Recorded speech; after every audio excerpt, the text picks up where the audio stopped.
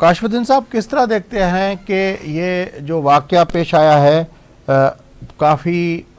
بڑا نقصان ہوا ہے؟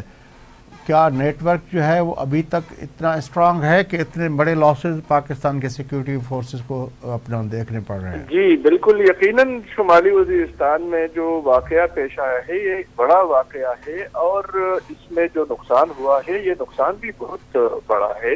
لیفٹیننٹ کرنل بھی اس میں شہید ہو گئے ہیں، کیپٹن بھی اس میں شہید ہو گئے ہیں، اور شمالی وزیرستان میں یہ پہلا واقعہ نہیں ہے بلکہ کافی عرصے سے وہاں پر سیکیورٹی فورسز کو نشانہ بنایا جاتا ہے۔ کبھی ان پر اٹیک کیا جاتا ہے، کبھی وہ آئی ای ڈی بلاسٹ میں وہ ان کو نشانہ بناتے ہیں، اور مختلف واقعات میں پھر اگر ہم دیکھ لیں تو خیبر پختونخوا کے مختلف علاقوں میں اس قسم کے واقعات پیش آتے رہے ہیں۔ گزشتہ یعنی اسی ایک ہفتے کے دوران اگر ہم دیکھ لیں تو پشاور کے بورڈ بازار میں دھماکہ ہوا، پھر پشاور ہی میں پولیس پر حملہ کیا گیا، پولیس کے موبائل وین پر، اور اس میں 3 جوان پولیس کے وہ شہید ہو گئے ہیں، جن میں ایک ASI بھی شامل تھا۔ تو یہ تمام تر صورتحال یقیناً امن و امان کے حوالے سے حکومت کے لیے چیلنجز ہے، اور ہمارے جو قبائلی اضلاع ہیں وہاں پر دہشت گرد اپنی موجودگی کا احساس دلاتے رہتے ہیں، اور اب بھی ان کی وہاں پر ان کا اس کا مطلب یہ ہے کہ نیٹ ورک ان کا موجود ہے۔ اگر وہ حملہ آور ہو جاتے ہیں تو اس کا مطلب یہ ہے کہ ان کا مضبوط نیٹ ورک۔ اچھا کاشف الدین صاحب، یہ جو اپنا پی ٹی آئی کی حکومت تھی، جب اپنا کابل پہ اپنا طالبان کا ٹیک اوور ہوا، اس کے بعد ریکنسیلیشن کی فضا بنائی گئی، اس وقت عمران خان صاحب ملک کے وزیر اعظم تھے، اس کے علاوہ جو ہے جنرل باجوہ صاحب آرمی چیف تھے، اور جنرل فیض حمید صاحب جو تھے وہ ISI کے ڈی جی تھے۔ تو یہ 3 جو اس وقت کے لوگ تھے جو اس وقت ڈیسیشن میکنگ میں بڑا اہم کلیدی کردار ادا کر رہے تھے۔ آپ کے خیال میں وہ جو ریکنسیلیشن کی گئی اور وہاں سے لوگوں کو بلا کے یہاں پہ رہنے کی اجازت دی گئی، اب جب الیکشن ہو گئے ہیں، وفاق کے اندر ڈیفرنٹ حکومت ہے، عسکری قیادت کے جو اب کا کمان ہے وہ بھی تبدیل ہو چکی ہے، لیکن خیبر پختونخوا کے اندر پھر بھی پی ٹی آئی کی حکومت ہے، آپ کے خیال میں یہ جو نئی اپنا پاکستان کے اندر اپنا حکومتی سطح کی جو صف بندی ہے، اس میں کیا نظر آتا ہے آپ کو کہ ان دہشت گردی کے واقعات کے حوالے سے کے پی کی حکومت کتنا تعاون کر رہی ہوگی وفاقی حکومت اور اداروں کے ساتھ؟ دیکھیے، جس واقعے یا جس ریکنسیلیشن مہم کا آپ حوالہ دے رہے ہیں، تو اس وقت یہ انیشیٹو وہاں ان کی چونکہ مرکز میں وفاق میں بھی حکومت تھی تو وہاں سے ان کو ہدایات ملی تھی، اور وہاں سے یہ کوششیں شروع ہو گئی تھی، اور پھر اس کے بعد جو واقعات پیش آئے، سوات میں جو واقعات پیش آئے، ہمارے قبائلی اضلاع میں جو واقعات پیش آئے، پشاور میں جو بہت بڑا حملہ پولیس لائن میں کیا گیا تھا، تو ان تمام تر واقعات کے بعد اس بات پر اتفاق کیا گیا ہے کہ ان سے کوئی بات نہیں کی جائے گی اور ان کے خلاف کارروائی کی جائے گی۔ البتہ یہ سوال اپنی جگہ موجود ہے کہ اب تک ان کے خلاف کیا کوئی مؤثر کارروائی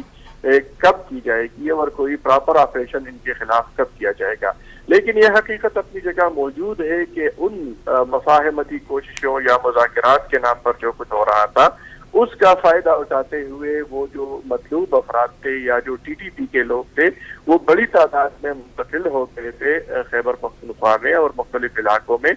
اور ان کی یہاں پر جو موجودگی ہے وہ بھی بڑی ہے اور ان کی کارروائیوں میں بھی اضافہ ہوا ہے۔ لیکن اس کے بعد اگر خیبر پختونخوا حکومت مزید ان کے ساتھ رابطہ کرے گی تو مجھے نہیں لگتا کہ وفاقی حکومت یا جو ہماری جو عسکری قیادت ہے وہ الاؤ کرے گی اور وہ اس کی اجازت دے گی، کیونکہ خیبر پختونخوا کے علاوہ دیگر علاقوں میں بھی ان کے جو حالیہ حملے ہیں وہ تشویشناک تصور کیے جا رہے ہیں، اور اس پورے بیلٹ میں اگر ہم دیکھیں تو بلوچستان تک ان لوگوں کی سرگرمیاں بڑی ہیں۔ تو اب یہی اب ایک دوسرا سوال، بڑی کارروائی کی جائے۔ اب دوسرا سوال جو ہے، جب ہم دہشت گردی کی بات کرتے ہیں تو اس کے خلاف ایک نیریٹو بلڈ کرنے کی بھی بات ہوتی ہے۔ یہ بات ہم نے جب پشاور کا آرمی پبلک اسکول کا سانحہ ہوا تھا تو اس وقت عسکری اور ہماری سیاسی قیادت نے مل کے یہ طے کیا تھا، ایک 21 نکاتی اپنا نیشنل ایکشن پلان بنایا تھا۔ اس میں ایک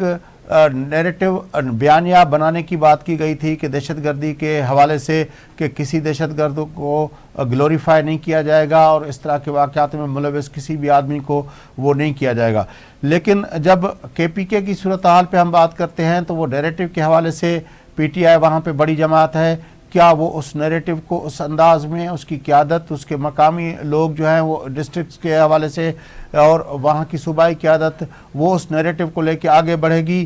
جمعیت علماء اسلام ایک بہت بڑی اپنا اثر رسوخ رکھنے والی وہاں پہ پارٹی ہے, کیا وہ اس نیریٹو کو دہشت گردی کے خلاف ایک ملوث عناصر کے خلاف اتنا بڑا وہ نیریٹو لے کے جائے گی؟ جماعت اسلامی وہاں پہ بڑا امپیکٹ رکھنے والی ایک جماعت ہے, منظم جماعت سمجھی جاتی ہے, وہ اس نیریٹو کو آگے لے کے جائے گی؟ کیونکہ اگر وہ جماعتیں اس نیریٹو کو آگے لے کے نہیں جائیں گی لوگوں میں, پھر تو صرف عسکری اپنا اٹیمپٹ سے اور فوجی کوششوں سے تو دہشت گردی کو ان علاقوں سے قلع کما نہیں کیا جا سکتا.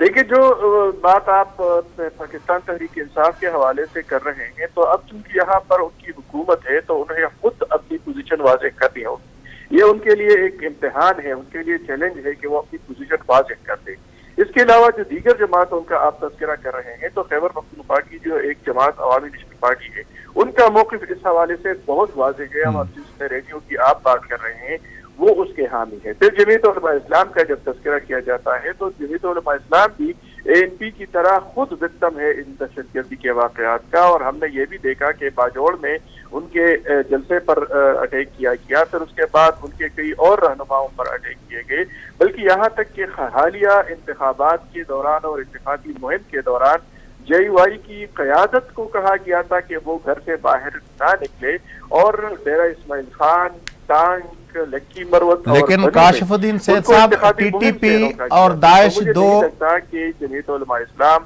وہ اس نیریٹو کو آگے نہیں لے کر جائے گی اور اس کو سپورٹ نہیں کرے گی. لیکن کاشف الدین صاحب جو فیصلہ اس وقت ہوا تھا آرمی پبلک اسکول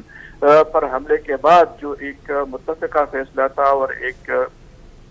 کیمپین شروع کیا گیا تھا اور ایک نیشنل ایکشن پلان کا اعلان کیا گیا تھا, تو اس پر اب بھی ضرورت ہے کہ منوعاً عمل کیا جائے, اور اس حوالے سے اگر ضرورت محسوس لیکن کاشف الدین صاحب تو اپنا سیاسی جماعتوں کو ایک بار پھر بلایا جا سکتا ہے اور ایک آل پارٹیز کا کر کے ایک بار پھر ان کا اعتماد حاصل کیا جا سکتا ہے. کاشف الدین صاحب, یہ جو جمعیت علماء اسلام کی بات کر رہے ہیں, جب دہشت گردی کے واقعات ہوتے ہیں تو کچھ واقعات ایسے ہوتے ہیں جس میں داعش سامنے آتی ہے, وہ ذمہ داری قبول کرتی ہے. آج تک جے یو آئی پہ جو حملے ہوئے ہیں ان کی زیادہ تر ذمہ داری داعش کی طرف سے قبول کی گئی ہے, جبکہ ٹی ٹی پی کی حوالے سے جمعیت علماء اسلام کا موقف یا ٹی ٹی پی اور جمعیت علماء اسلام کے تعلقات کے حوالے سے وہ ایک ڈیفرنٹ ایکویشن ہے. آپ کے خیال میں جس طرح اے این پی کی بات آپ کر رہے ہیں کہ وہ بالکل بغیر کسی مت بھید کے, بغیر کسی اپنا فرق کے وہ دہشت گردی کے خاتمے کی بات کرتی ہے, پیپلز پارٹی اس طرح کی بات کرتی ہے, کیا جے یو آئی بھی اس طرح اکراس دا بورڈ اپنا ٹیررزم کے خلاف کسی آپریشن کے حوالے سے بیانیے میں ساتھ دے گی؟ دیکھیے, بالکل دے گی, لیکن اگر حکومت اور ہمارے سیکیورٹی ادارے مؤثر انداز میں کارروائی کرنا چاہتے ہیں تو ضرور یہ جماعتیں ساتھ دے گی, کیونکہ جس طرح کہ ہم نے عرض کیا کہ وہ خود وکٹم ہے, وہ خود نشانے پر ہے اور ان کو ٹارگٹ کیا جاتا رہا ہے, تو نہیں سکتا کہ وہ اس حوالے سے کوئی مصلحت پسندی کا شکار ہوں گے. لیکن اگر ہم نیشنل ایکشن پلان جو 2014 میں بنا تھا اور اب 2023-24 میں ہم اگر اس پر پھر بات کرتے ہیں اور اس نیشنل ایکشن پلان پر منوعاً عمل نہیں کیا جاتا اور اس میں ابھی بھی کچھ ایسے چیزیں ہیں جن پر عمل نہیں ہوا, تو لگتا یہی ہے کہ سیاسی جماعتیں یہ سوال ضرور اٹھائے گی, بلکہ تمام اسٹیک ہولڈرز جو ہے وہ اس پر ضرور بات کرے گی. تو لگتا یہی ہے کہ ایک بار پھر ضرورت محسوس کی جا رہی ہے کہ ایک بار پھر تمام سیاسی جماعتوں کو یا پارلیمنٹ کے اندر جو جماعتیں ہیں ان کو اعتماد میں لیا جائے اور اس حوالے سے ایک باقاعدہ ایک ایکشن پلان بنایا جائے اور